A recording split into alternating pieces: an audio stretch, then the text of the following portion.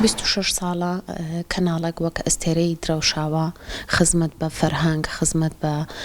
مێژوو، خزمەت بە جوانی، خزمەت بە ئەدەب، خزمەت بە هونەر ئەکا کە کورساتە یەکێک لەو خزمەتە گەورانەی کە کردوێتی لە بواری پێشخستنی کۆمەلگا گەاندنی دەنگی ژنانە و پەیامی ژنانە لە بۆنە جیاوازەکان و لە کاتە جیاوازەکانە بە شێوەیە کە لە هەریەک لە بەرنامەکانە بە تایبەت ڕنگدانەوەی ژنان و پەیامی ژنان و خواستی ژنان بە شێوەیەکی جوان ئەبینین لە ڕۆی هونەر بێ، یاسا بێ، ئەدەب، کەلتور، هەر کامێکیان بێ. بۆیە هەمیشە وەک کەسێکی خۆشەویست، وەک کەناڵێکی خۆشەویست هەمیشە لە دڵمانایە و هەمیشە چاومان لەسەر ئەوەیە کە زیاتر و زیاتر پەیامەکانی ئێمە بگەێنێت. هیوادارم ساڵێکی نوێ و پەرەدانێکی نوێ و پێشکەوتنێکی نوێ وە کورساتەوە ببینین. ئێستا وەک ئەستێرەیەکی درەوشاوە هەیە، هیوای سەرکەوتن بۆ سەرجەم هەموو ئەو بەڕێزانەی کە لەوێ کار ئەکەن مانتونە ناسانە و یەکە ئیداریەکان و یەکە کاریکەڕەکان و خودی بەڕێوەبەرەکەی کە دیارە کە مەنتاڵەتیەک یاخود عەقڵیەتێکی ئەوەنە گونجاوی هەیە بە تایبەتی بۆ کارکردنی ژنان کە ئەبینین زۆرینەی ستافە سەرکەوتووەکەی کورسات ژنانن و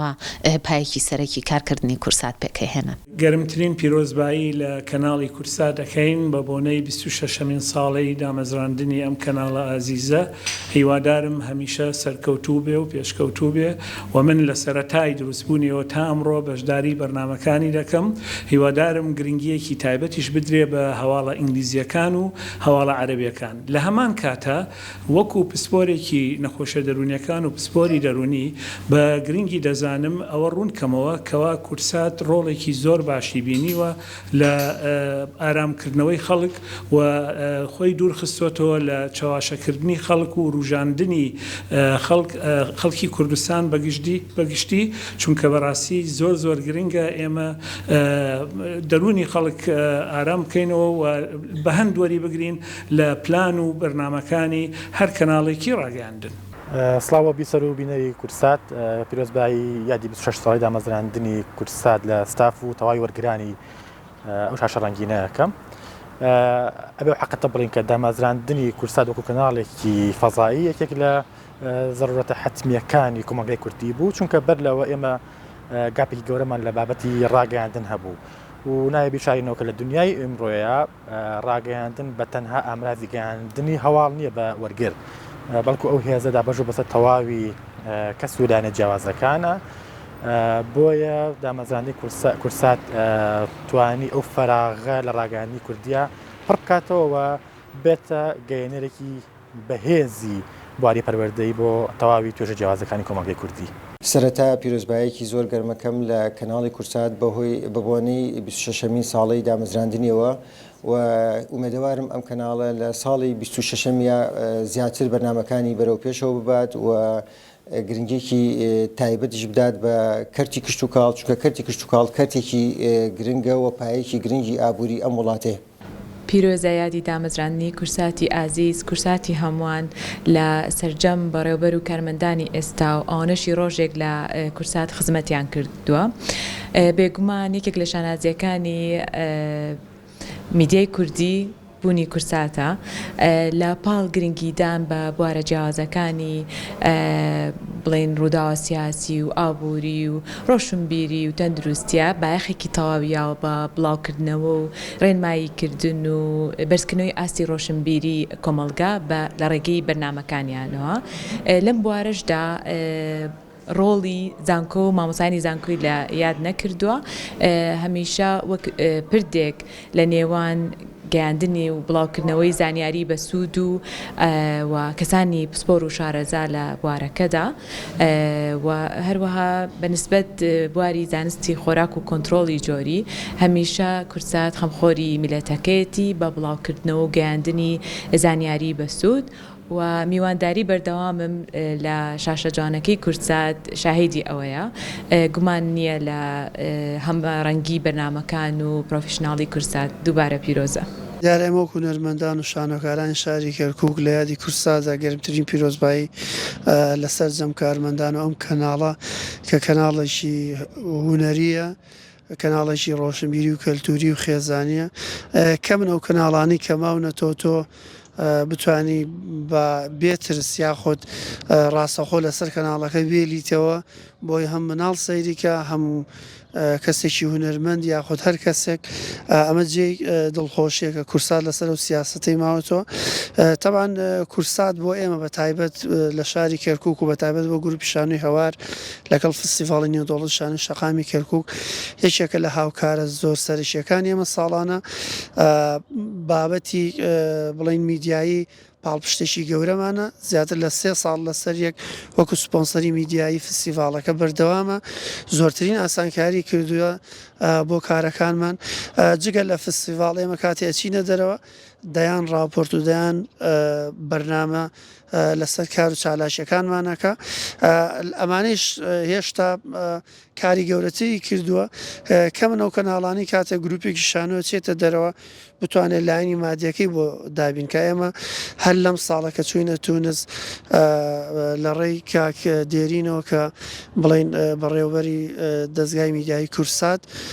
تکتی هەموو ئەندامانی گروپی شانوە کە چوینە تونس لەسەر ئەستۆی کورسات بوو ئەمە ئەومان پێڵێکە کورسات یعنی بابەتە هونەرێکە و کەلتوریەکە لە دڵی هەموو کەسێکە پشتیوانە زۆر هاوکارە ئێمە لێرەوەڵین دووبارە سێبارە پیرۆز پێ ئەم یادە بۆ ئێمە زۆر گرنگە و زۆر سپاس.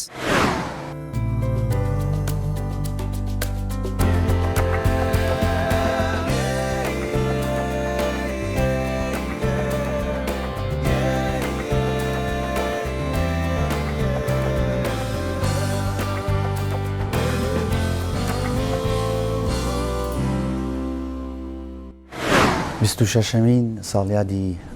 کورسات پیرۆز بێت لە هەموو هاونیشتیمانیان و بە تایبەتی ئێمەی کەرکووکیەکان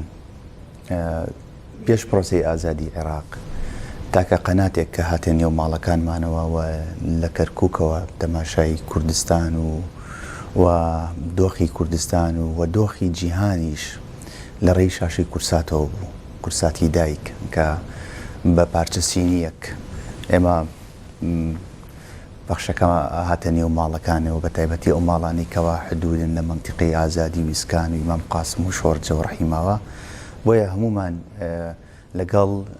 کورساتە عیلاقێکی چۆنەڵێ مەتینمان هەیە عیلاقی و یادگارێکی جوانمان هەیە کە لە کورساتەوە تەماشای جیهانمانە کرد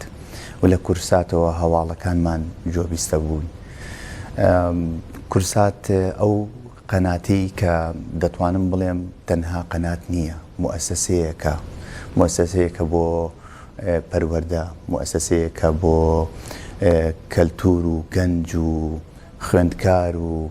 یعنی مؤسسەیەکە دەتوانم بڵێم کامل هەموو ئەو سێکتەرانی کە پێویستە هەبێت بۆ ژیانی هەموو ئینسانێک بۆ هەموو منتیقەیەک لە کورساتە ئەوە بینیت. کاتێککە سێری کورساتەکەی خێزانە بینیت کاتێککە سێری کورساتەکەی گەنجە بینی کاتێککە سێری کورساتەکەی گرنگیدان بە سەحەت و تەندروستی و وەرزش و وەرزشوانان دەبینیت بۆیە کورسات مؤسسەیەکی کاملە پیرۆز بێت ساڵیادی کورسات. لە دیبێکی تری کورسات ئەوەیە کە هەمیشە لەگەڵ کەرکووکیەکان بووە لە خۆشی و ناخۆشیەکان لەگەڵ کەرکووکیەکان بووە لە ئازاری کەرکووکیەکانیش باش تێگەشتون بۆیە دەتوانم بڵێم ئەوان یەکێک بوونە لەو قەناتانەی کە لە ماوەی ئەم بە تایبەتی ئەم ماوەی ئەم چەند ساڵە کە ڕۆڵێکی باشیان هەبووە لە هێوەرکردنەوەی کێشەکان لە گواستنەوەی بابەتەکان بە ڕازگۆیانە بە واقعانە تەعامل کراوە لەگەڵ ئەو کێشانەی لە شاشەکانی کورساتەوە بۆیە ئەو بۆ ئێمەی کەرکووکی زۆر گرنگە کە قەناتێکی ڕازگۆ بۆ پەڕی ڕازگۆییەوە تەعامل بکە لەگەڵ دۆخ و کێشە و گرفتەکانی کەرکووک کورسات لەوەش پێشەنگ بووە. لە یادی دامەزراندنی کەناڵ و دەستگای میدیایی کورسات پیرۆزبایی خۆم بە تەواوی بەڕێوەبەر و ستاف و کارمەندانی ئەو کەناڵە پیرۆزاکەم و هیوای کاری جوانتر و بەردەوامی باشتریان بۆ خوازم. هەڵبەت کەناڵی کورسات پێێنێتە 26 ساڵی تەمەنی و 25 ساڵی تەمەنی بەڕێ کردووە بەو پەڕی جوانی و بۆ پەڕی گەشاوی لە میدیای کوردیا و لە ڕاگەانی کوردیا جێپەنجەی خۆی دیارە بەندایەوێت تیش بخاتە سەر ئەو بابەتی کە زۆرێک لە مەزیس و کۆڕەکان کە ئاچم ئەوەیش ئەوەیە کە قسەی لەسەر کەناڵی کورسات و دەستگای میدیای کورسات دەکرێوەیە کە مرۆڤەکان کە خێزانەکان کاتێک بە شێوەیەکی خێزانی دانیشن بە دیار ئەم کەناڵەوە بێ سڵەمینەوە بێ ترس بە دیارم کەناڵەوە دانیشن واتە ئەوانشی کە لە خوار 18 ساڵەوەن ترسیان نییە دیمەنێکی نەشیاو ببینن دایک و باوکەکان ترسیان نییە کە دیمەنێکی خراپ ببینن و یاخود هەندێک شتی نەشیاو بەرجام کە بەو پەڕی ئاسوودەیەوە بە دیارم کەناڵە جوان و دانیشن و هەوڵی داوە تەواوی قیم و ئەخلاق و پرینسیپەکانی کوردەواریانە لە خۆیان جێ بکاتەوە و بیشی پارێزێ من هەمیشە سەرنجم لەسەر ئەو پرۆژە جوانەیە کە هەڵی گردووە ئەوش ئەوەیە کە کورسات دەنگ و ڕەنگی کوردانە کورسات ماڵی هەمووانە بەڕاستی ئەبینی لە ڕۆژئاوا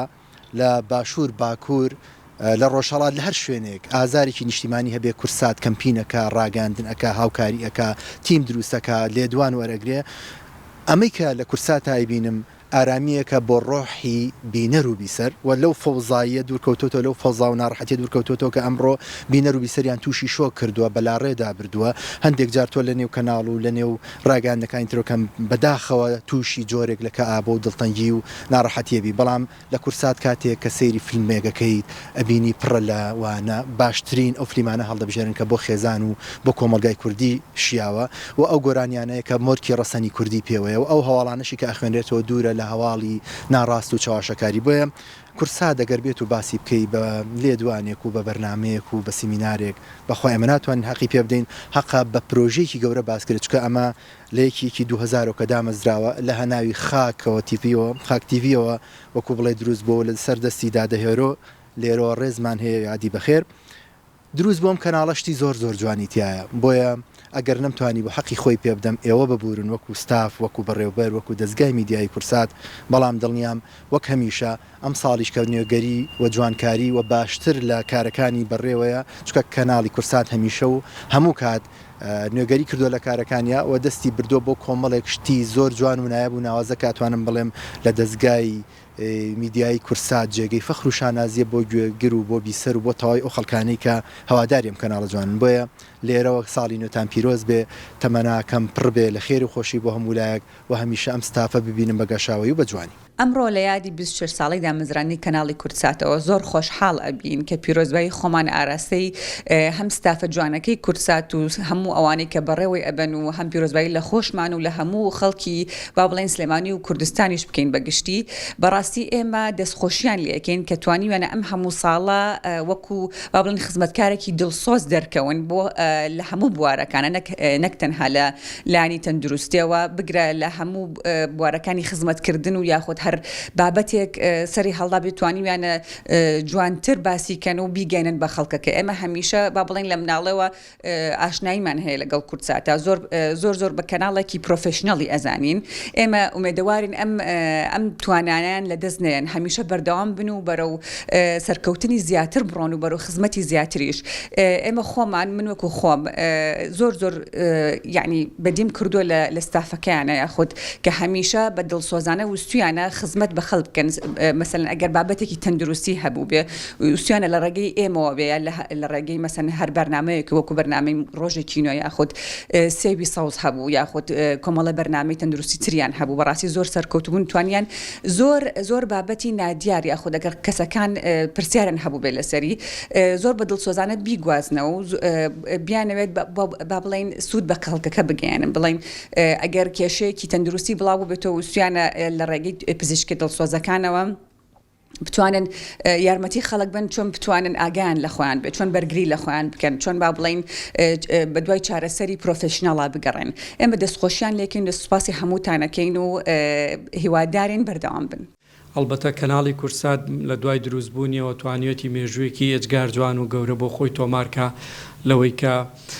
جگەل لە گەیاندنی هەواڵ و زانیاریەکان بە بینەرەکانی توانی ئاوڕێکی گەورە لە بواری ڕۆشنبیری کللتور زمان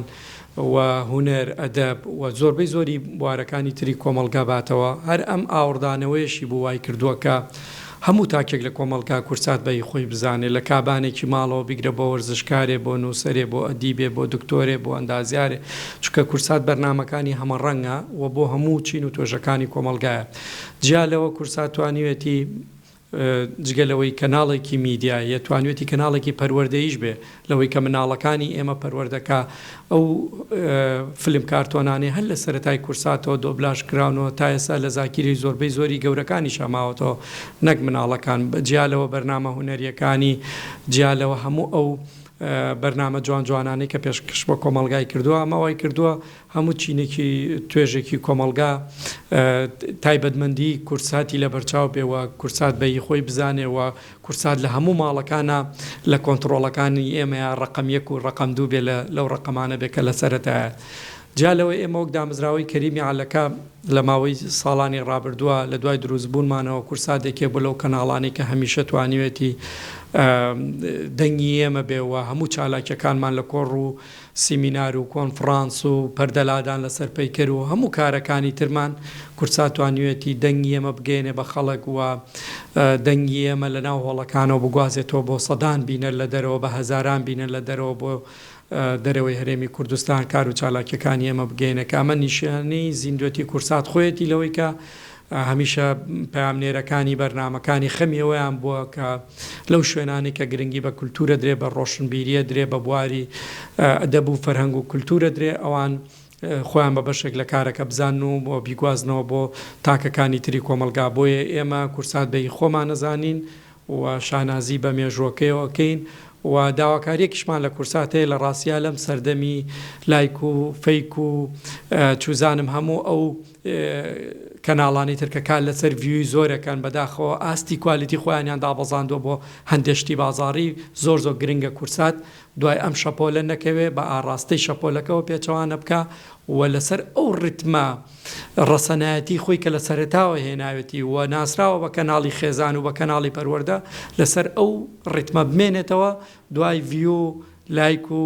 کۆمنت و ئەو شتانە نەکەوێ چکە لە دوجارە ئەمەوە کەفی سەر دەریا ڕاو نامێنێتەوە ئەوەی ئەمێنێتەوە پەروەردەیە خێزانە ڕەسەنایەتیە کولتورە ئەدەبە زمانە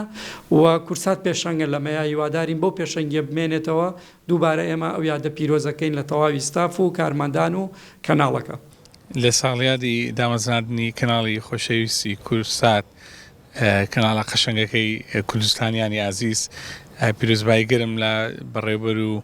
ستاف و کارمەندان و تیمە چالاک و دووسۆز و ماندونە ناسەکانی کورسات دەکەم کورسات یەکێکە لەو کەناڵانەی کە لە ماوەی چەند ساڵی ڕابردوو بە شێوەیەکی وەکو دەڵێ سیتەبڵ یاخۆ جێگیر لە پەیامە میدیایەکان لە پابندبوون بە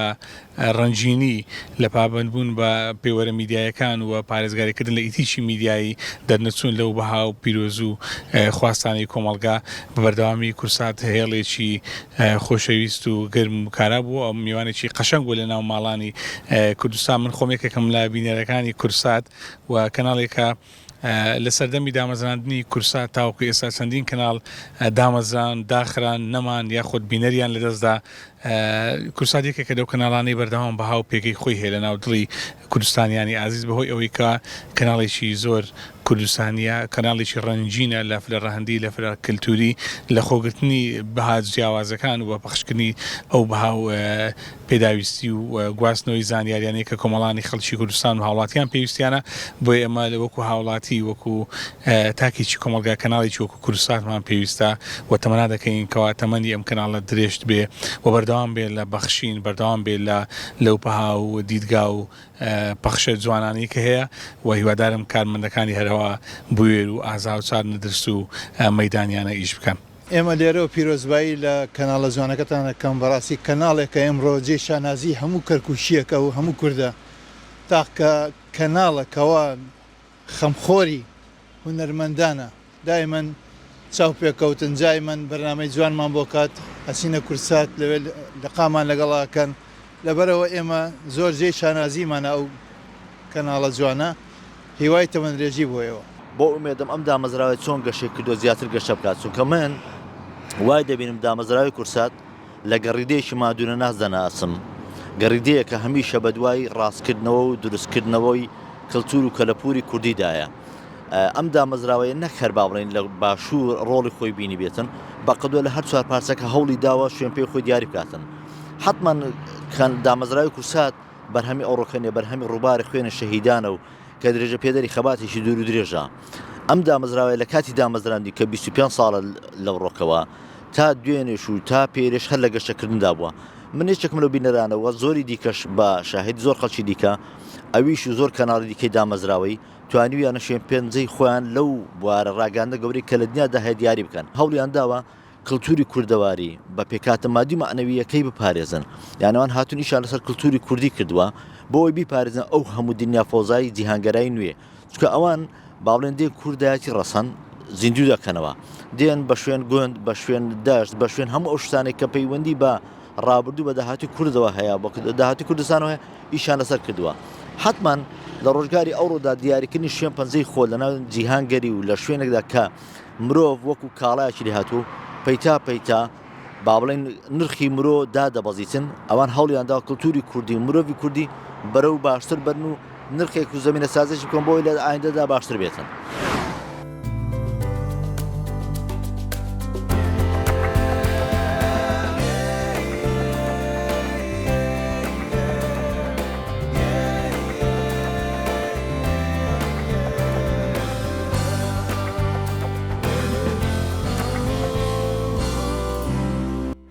بە بۆنەی ساڵیاتی دامەزرانی 26 ساڵی کە لە ساڵی 2000 دامەزرا بەڕاستی کورسات وەکوی کە ئاماژا کرد کاڵێمە ینی دەنگی هەمووانین بەدەلەوە دەنگ و ڕەنگین بۆ تەواوی باڵێن پارچەکانی کوردستان لەگەڵ ئەوە ینی باڵێن ڕایاڵی تەندروستی دروست کردو لە بینی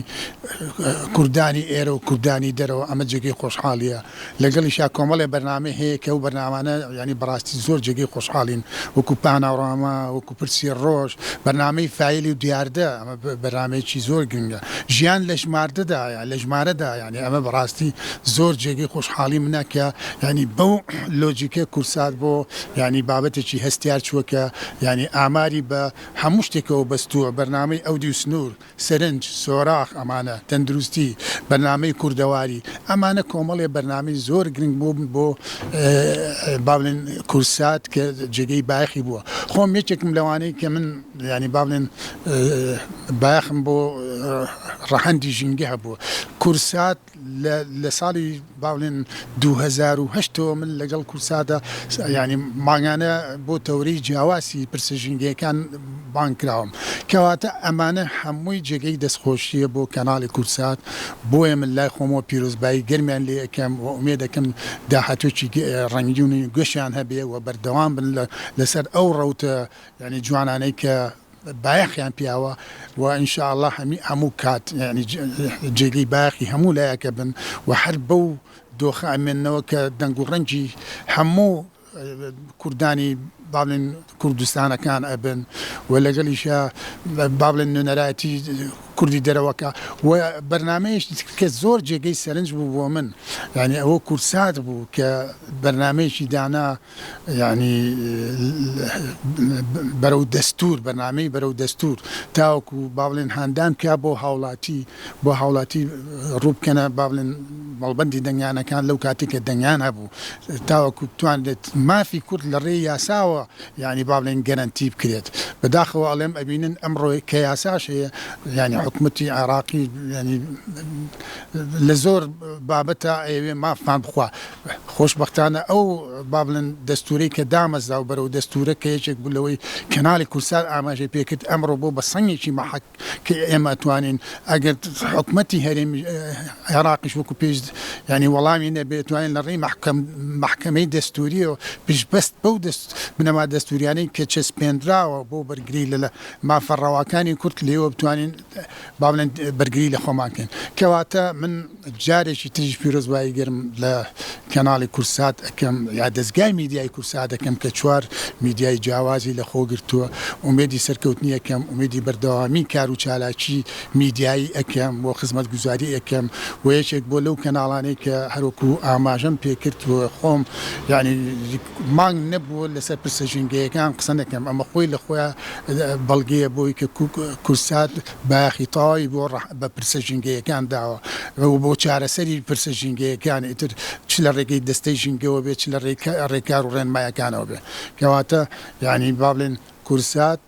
يعني میدیایەکە يعني سەنگین بووە لە هەموو ڕێکۆ لە ڕووی میدیا و لە ڕووی هەواڵە و لە ڕووی بەرنامەکانەوە ئەبێ ینی جێگەی باخی هەموو لایەکمان بێ و جێگەی خۆشحاڵی هەموو لایەکمان بێ بۆیە ئێمە جارێک و دەیان جاریتر پیرۆزبایی لەم کەناڵە خۆشەویستە ئەکەین و ئومێدی داهاتوو گەشی زیاتری بۆ ئەخین و سەرکەوتنی بۆ زیاتری بۆ خوازین. بە بۆنەی یادی 26 ساڵی دامەزرانی کەناڵی میدیای کورسات گەورەترین پیرۆزباییەکەم لە دامەزرێنانی لە هەموو کارمەندەکانی ئەوانەی کە لەم 26 ساڵا لێوە کاریان کردووە بەڕاستی کارێکی پیرۆزیان کردووە و توانیانە کەناڵی میدیای کورسات بەرنە بەرز باڵا و خزمەتێکی گەورە بکات بە گەل و نیشتیمانەکەمان کە زۆر زۆر پێویستێتی. کەناڵی کورسات توانیوێتی لە زۆربەی بوارەکانی ژیانە دەوری باڵای هەبێەوە میلەت و نیشتیمانەکەمان بەرەو پێش و بەرەو وشاری بەرێت. بۆیە نابێ هەر پیرۆزبایەکە لە کەناڵی کورسات خۆی بکەم و کارمەندانێ بڵم پیرۆز بێت لە هەموو گەلی کوردستان لە هەموو کوردستانیان کە ئەم کەناڵەوە یادی خۆی کاتەوە. بەس هیوادارم لە داهاتووە بەو ڕێچکەیە بڕۆن و زیاتر و باشتر کار بکەن بەوەی کە زیاتر و زیاتر گرنگی بن بە مرۆڤ بوون ئەنجا کورد بوون چکە مرۆڤ بوون گرنگترە لە کورد بوون. جا لە ڕێگەی ئەوی بتوانم ئاواتانە بەجێبێنین ئەبێ زیاتر گرنگی بن بە پەروەردە و پەروەردەشەکەمانەیە باش بی پێچین ئەبێ لە مناڵەوە دەست پێ بکەین. هیوادارم کورسات دەست بکات بە زیاتر و زیاتر پرۆگرامی پەروەردەی گرنگ ئەنجا کە من خۆم لە هونەرا کارەکەم هونەری مۆسیقا گۆرانی زیاتر گرنگی پێبێت چونکە بەڕاستی مۆسیقا گۆرانی میلەت هوشیارترەکاتەوە بەهێزتریەکە زیرەکتریەکە یەکی ئەخا پێشی ئەخا هێوریەکە خۆشەویستی بڵاوەکاتەوە هەر گەشاوە بێ ئاڵای بەرزی کورسات. Ez salvegera 26 ya damezrandina kenalê pêşkeftiye Kursat li hemû karemendê Pêwliyekî Niştimanî Kurdistan û sercem mirovê Kurdperwer ola parêz û xelkê Kurdistanê pîroz dikem. Helbet divan 26 sala da temenekê tijî ked û xebat û قربانی دان و نراوستان و ماندی بونکا یا گلک مزن دیتیه هر واسا کردسات تایبتی جی سال دست پیکی دا اگر ام تماشب کینه ما رولک باش مهمیان ویسکاران روشنبیر اکادمیا دنگیوان تده و دنگیوان پریکا کردسات گهشت خلکی مام جلالی و هیرو خانم جی پشتوانی کازور لوان روشنبیر و نویسکارات کرد گلک جاران جی دبیت یعنی او دیتنو بیرو بوچونت مل وان درا دگوتن گل رأیایکی نیشتیمانی کردستان نگون جابانجی چنگو تشتید گشتی بون بلکه صداصد برجواندی آنجان بس چجارا رگیری لینت کرد وکو دنگی که آزاد اوجی تتوی و تای کو کورسات سنورت ناوچهی و ید حزبی درباس کرینه نهاد سنوره که نتوی نیشتیمانی دا کار دیگد بلوی چنده از باورم ده کورسات پاشا روژه دا رولکی گلکی باش بیتم تایبتی جی وگافکی وکو کنالک جواکی باش تیتا ناس کرنه هر سر آست سیاسی جی دنگو باستوان جه باوری پی کرنه نه بوه چنده جی ام پیروز باهیلت کرنو هیویداریم سالات بهید دا زیادتر پیش کم زیادتر خواب گهین تا پارچه دیت کردستان زیادتر کردایتی بکنو حول بدن راگیهاندنا کردی بخند خدمتا دوزا کردی دا سیتش بو کردا گرنگن کردستان کا رزگار ملت کی آزاد و استاتوی کا دموکراسی بو هر چهار پارچه کردستانی لە 26 ساڵیادی دامەزراندنی دەستگای میدیایی کورسات سەرەتا پیرۆزبایی لە تەواوی کارمەندانی کەناڵەکە و بینەرانی و کورد و مرۆڤایەتی دەکەم چکە بەڕاستی من ئەتوانم بڵێم کەناڵی کورسات کەناڵێکە کە کەناڵێکی کوردی نییە کەناڵێکی مرۆڤایەتیە بە تایبەت لە بواری کەلتوری گرنگێکی زۆری دا بۆ بوارە. کەناڵی کورسات کە من لە ساڵی 2008ەوە لە بواری پرسی جینۆسایدا ئیش دەکەم کەناڵێک بۆ ئەتوانم بڵێم جیاواز لە کەناڵەکانی دیکە ڕاژەی زۆری کردووە پرسی جینۆسایدی کورد. لە ساڵی 2014 بە دیاریکراوی من بیرمە کەناڵی کورسات دەیگوت کەناڵی کورسات دەنگی هەڵەبجەیە یعنی ئەمە هاوبەشیکردنە لە ئازاری قوربانیانی جینۆسایدی هەڵەبجە. ڕاژێکی باشی کردووە بەڵام پێشنیارم هەیە تەنها لە ساڵیادی جینۆسایدەکانی کوردان نەبێت تەنها لە 16 سێ نەبێت تەنها لە 4 نەبێت تەنها لە 4 نەبێت تەنها لە 30 نەبێت تەنها لە 30 نەبێت کە ئەم 5 ڕێکەوتی قوڵترین جینۆسایدەکانی کوردن من پێشنیارەکەم بەرنامەی تایبەتی هەبێت و پێشنیارەکەم کەناڵی کورسات لە ڕێگەی کۆمپانیەکانی بۆلیودەوە بتوانێت فیلمێکی چەندین فیلمی بەرهەمدار بەرهەم بهێنێت چونکە ئەوان کە ئەڵێن بۆلیود ئەوان ئەزمونێکی زۆریان هەیە لەگەڵ ئەو چیرۆکانی کە لە ڕاستی وەرگیراون و کە پرسی جینۆسایدی هیندستانە توانیویانە لە ڕێی فیلمیشەوە کەیسەکەیان بکەن بە جیهانی بۆ ئەم پێشنیارەکەم بۆ کەناڵی کورسات کە کەناڵێکی سەرکەوتووە پێشکەوتووە ئەتوانێت ڕۆڵی هەبێت سەرڕای ئەو ڕۆڵی کە تا ئێستا هەیبووە پێشنیاری بن بۆ ئەم ساڵیادە ئەوەیە کە بتوانێت کۆمەڵێک فیلمی دۆکۆمنتاری بەرهەم بهێنێ بە تایبەت ئێمە چیرۆکەکانمان هەیە و ڕزگاربووەکان لە ژیانان بۆ ئەوەی زیاتر پرسی جینۆسایدی کوردی پێ بکات. کورسات هەمیشە ئەگەڕایەوە بۆ مێژوو بۆ ڕەسەنایەتی لەسەر ئەو ڕەسەنایەتیەوە بنیادی هاوچەرخی بوون و مۆدێرنەیە کرد کەواتە گەڕانەوە بۆ دواوە لەسەر ئەو گەڕانەوەیە بۆ هەستی ڕۆشنبیری نەتەوەی بنیادی نوێیانە یعنی ئەمە هۆکارێ بوو لە هەموو بوارەکانە کاری لەسەرەوە کرد لە بواری مێژوو لە بواری هونەر بە تایبەتی هونەری گۆرانی و مۆزیک دوای ئەوە کورسات هاندەرێکی تەواوی هونەرمەندانی بواری مۆزیک و گۆرانی بوو بۆ وایە کە ساڵانە پێشبڕچی ئەنجامەیە دوایەوە ئەو بەرنامانی کە تایبەت بوون بە گۆرانی مۆزیکی کوردی من خۆم لەو بەرنامانە زۆرێک ینی مشارەکەم کردو بەوەی کە وەکو هەڵسەنجێنەرێ بووم بەرنامەی ئاوێنە بەرنامەکانی کاکە برایم ئەو کاتەکە لە سەرەتایە دروست بوو ئەوە بوو بینەرێکی زۆری لە خۆی کۆکردبەوە من و لەگەڵ یەک دوو هاوڕێی ترمە لە هونەرمەندان ڕاستەوخۆ چین دانیشتین جۆمان لە گۆرانی بێژەکانە کرد هەڵسەنگاندنمان بۆ دەنگی گۆرانی بێژەکانە کرد ئێمە ئاستەکانمان دیاریە کرد لەبەر ئەوە ئەو کەناڵە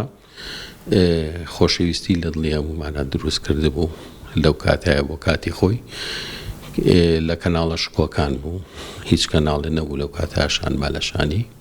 منە ئومێدی بۆ خوازم کە ئەو شکۆیە بۆ کەناڵی کورسات بگەڕێتەوە اجدل و جان پیروز باهیل همی کارمند و کادرین کورسات کم وان کسایی که پیشاور روش کار کم با یکی که گاندنا دنگ خلکی بولانه شولجه سالیادا کورسات حسکین پیاموی یا نتوی نیشتیمانی خدمتگزاری مروواتی یا بردوام بیتن افرو که او روزه کو مپید ویب مایکن جدا جدا هی کورسات ایکشوان مایکای کو خود ناف جواکی داد کمالگه داد بینیتن و امد بینین دنگ مدگهینیتن لواجیک شلای خوبه پیروز باهین گرم الریوبر و کارمند و کادرتویت کم الهمی تماشاوان و بینرتویت کم داخواست کم وکی سالن چوی بردوام بدته پروسا گهاندنا دنگ خلکی و دنگی که آزاد و بلند بیتر الهرم کردستانه. پیروزبایی لسالیاتی دامزراندنی کانالی آسمانی عزیزی کورسات دکم پیروزبایی لتاوی استافی و اندامانی مدیاکارانی و کانالا توانی لدست پیکو سرهلدانی او کانالا عزیزا گرینگا که رول کارگران هبولا بخش کردنی برنامه کاری کورسات توانی استا او کانالا عزیزا بریو دبن به هر دو بەشەکەی دیارە کەناڵی ئاسمانی کورسات لە یەکی 2000 کە دەستی پەخشی بەرنامەکانی خۆی کرد کەناڵێک بوو لەو سەردەما وەرگر حەز و خوازی کۆمەڵانی خەڵکی کوردستان هەمچن لە ناوخۆی کوردستان لە ئاستی دەرەوە توانی بوو بە کەناڵێکی گڵۆباڵی مڵکی هەموو خەڵکی کوردستان جگە لە با بڵێن گەلی کوردستان کەناڵی ئاسمانی کورسات بە زمانەکانی تریش پەخشی بەرنامەکانی هەبوو بەشێک لە هەواڵەکانی بە زمانی عەربی و زمانەکانی تریش پەخش دەکرد ئەوەی کە زۆر گرنگە ئەم کەناڵە توانی تا ئاستێکی زۆر هەتا ئەو لەحەزەیەکی ئێستا هەم بەردەوامە هەم میهەنیبوونی خۆی بەپارێزی لە بەڕێوەبردننی کاری ڕۆژنامەوانی بینیمان زۆر کەناڵ هات لە کوردستان بوو بە کەناڵی ئاسمانی بەڵام لە 2000دا کەناڵێک بوو نەیتوانی هەم میهەنیبوونی خۆی پشەیبوونی خۆی وەکو مێدیاکارەکانی وەکو کەناڵەکە بپارێزن و هەم نیانتوانن ببن بە مڵکی زۆرینا بەهۆی لایەنگریان بۆ پارتە سیاسەکانی یاخود بە پێویست نانتوانێت ئەو بەردەوامیان هەبی ڕۆژگارێک لە سەرەتای پەخشەکەیان بە جوانی کەناڵەکەیان بەڕێوە برد. بەڵام کەناڵی ئاسمانی کورسات پیشەیبوونی خۆی پاراست بە چەند فاکتەرێک ئیشی کرد ئەو کەناڵە. یەکەم میهنیبوون و پیشەیبوون، دووەم ئازادی ڕادەربڕین، سێم هەواڵی سیاسی، بابەتی سیاسی، ڕیپۆرتاژ، خەمەکانی خەڵک، چالاکیەکان، ڕەخنا، ئەو شتانی کە پێویست بێ باشە باسی دەکرد. لەگەڵ ئەوەشدا کۆمەڵک بەرنامەی تەرفیهی هونەری کە حەز و خواستەکانی خەڵک بوو. جگە لەوەش لە مێژووی ئەو کەناڵە و لە مێژووی لەبەرەوەی کورد خاوەنی کیان و قواری خۆی نەبووە کەم جەر کەناڵی ئازاد و با بڵێن ڕاگەیاندنی ئازادیە بۆ کە دیفاع لە خواستەکانی خەڵکی کوردستان بکە یاخود داخوازەکانی خەڵک باسکە. ڕادیۆ هەبووە لە شاغ ڕۆژنامە و گۆڤار هەبووە. بەڵام کەناڵی ئاسمانی کورسات جگەل لەوەی لە پاڵکارە هونەریەکان یەک لە شاکانە جوانەکانیان ئەوە بوو گرنگی بە درامادا، چ درامای بێگانەکە درامای با بڵێن مێژووی هیوڵاتان کە با بڵێن ڕووی کلتوریۆ لە ئێمە نزیک بوون تەرجمەی کرد و با بڵێن دۆبلاژکراو بوو، سوودی هەبوو ڕۆژگارێک بوو بە جێگەی متابعی خەڵکی. لەگەڵ ئەوەشدا یەکێک لە با بڵێن دراما و شتەهارە باشەکان درامای گەردەلوول بوو کە دەرهێنەری گەورە کاک جەلی زەنگەنە و لەگەڵ ئەو ئەکتەرە بەتوانانە پێشکەشیان کرد لە بروجی لە چینووی تازە ئێش و ئازارەکانی خەڵکی کوردستان ئەو کیان و قواری کە بە خوێنی هەزاران ڕۆڵە هاتووە دەدی و لە پێشودا چۆن بووە ڕەنگە بۆ شێوە نەمان دەتوانی بە مێژوو بەدایان کتاب و بجێڕانەوە کۆبنەوە کۆڕوسیمیلار بە شێوە لە جیرینەوەی نوێ بگەێنین. لە بەروی کەناڵی ئاسمانی کورسات کەناڵێک بووە زەڕەتێک بوو، ئێستاش زەرورە و گەشەی بەتوانەکانی داوە. هیوادارم ئەو کەناڵە ئازیزە کە کەناڵی کۆمەڵانی خەڵکی کوردستانە بەردەوام بێ. بۆ جارش کە دڵێم بە فەعلی کەناڵی ئاسمانی کورسات سەلماندی کە کورسات دەرجی هەمووانە، ڕەنجی هەمووانە، خەمی هەمووانە. جارش کە پیرۆزە لە کۆمەڵانی خەڵکی کوردستان تەواوی مێدیاکاران و ستاف و تەکنیککاران و ئەوانەی لە پشتی کامێراکان لە کورسات پیرۆزە. دەستپێکێ خێر هاتم بوو ناو بازارێ دهۆکێ و بورينا 26 ساله لسردام ازناندنا کانال کورسات پیروزباهی لهمی اندام و لاینگرین ابی کانالی کین داخواست کین او کانال و همی کانال کردستان همی گاوات خدمت ملت کرد دابن و ملت کردستان دابن و او دنگو باستین و گوهستن بشیوه که هکود بیشن اکلایم بیتن یعنی دیرش حزبیتی بیدن و دیرش سیاست بینه و گوهستن و شیوه که درست بینه و گوهستن. دوباره داخواست کن که او ساله و همین سال بین خوشیا دابن و هر سال اف کانال کردستان همی که همی آبدینی کد خدمت دانه پیروزباهی دوباره پیروزباهی هوا و کانال هوا کم و اندام و لاینگرین هوا همیات کم. از پیروزباهی کانال کورسات کم ابا 26 سال هبی دارم همی گاوا خنسان خودی دا ببینن و سرکفتی بن.